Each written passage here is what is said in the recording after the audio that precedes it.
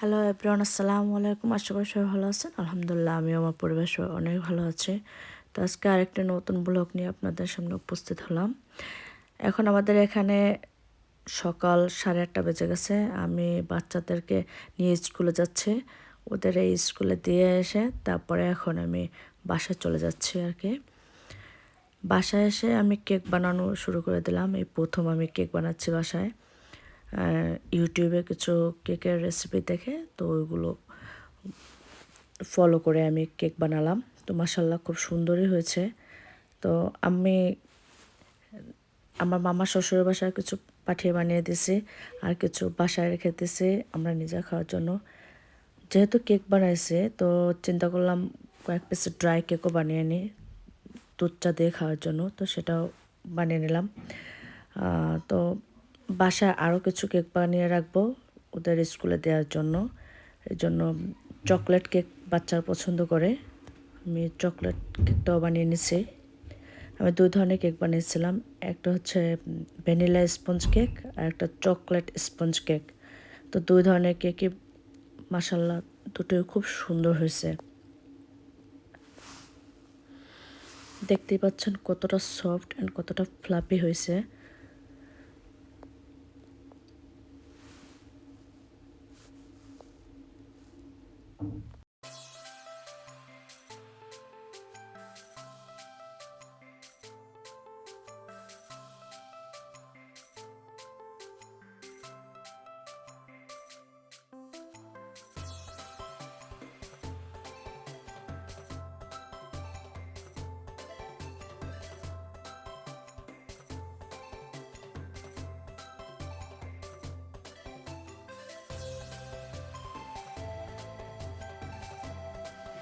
এটা হচ্ছে পরের দিন সকালের ভিডিও।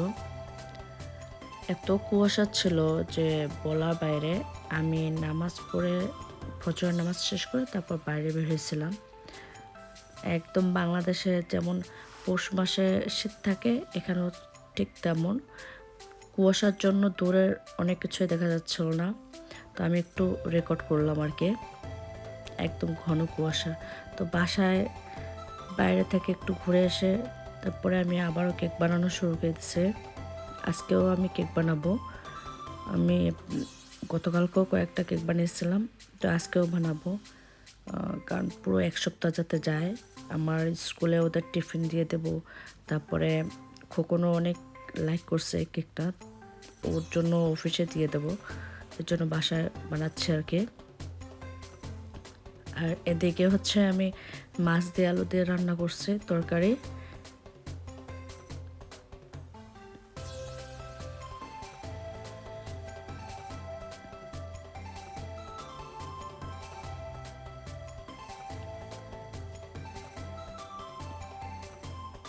এই তো আজ এ পর্যন্ত। সব ভালো থাকবেন, সুস্থ থাকবেন। আমারও আমার পরিবার সবার জন্য দোয়া করবেন। আল্লাহ হাফেজ।